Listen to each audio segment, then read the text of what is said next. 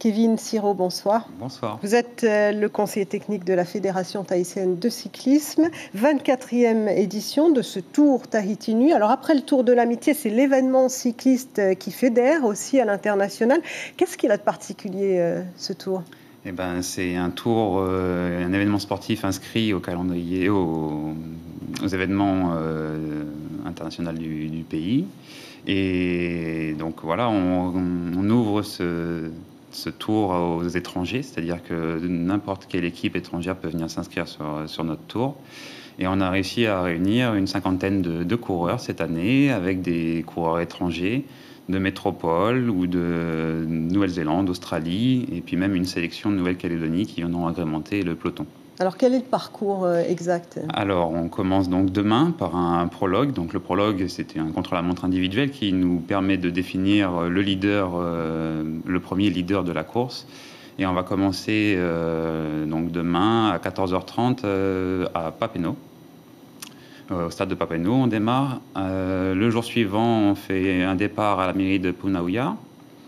On va jusqu'au PK0 de Tiopo. Ouais. Et on revient sur la mairie de Punauia. Donc. Tout à fait.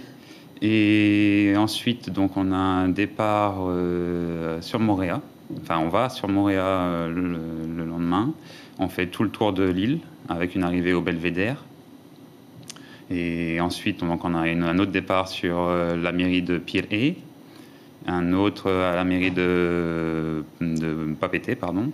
Il dure combien de temps Alors, c'est 6 jours. Hein. Non, c'est 6 étapes sur 5 jours. Donc, c'est-à-dire que le samedi est scindé en deux étapes, le matin et une le soir, où le public pourra un peu plus apprécier les coureurs, car on fait un petit circuit de 2 km sur le front de mer, entre l'avenue du Prince-Inouï et le temple Paukei. Alors, on a parlé dopage tout à l'heure. On sait que le cyclisme n'a pas été épargné par le phénomène. Comment est-ce que vous gérez ce problème à la fédération ?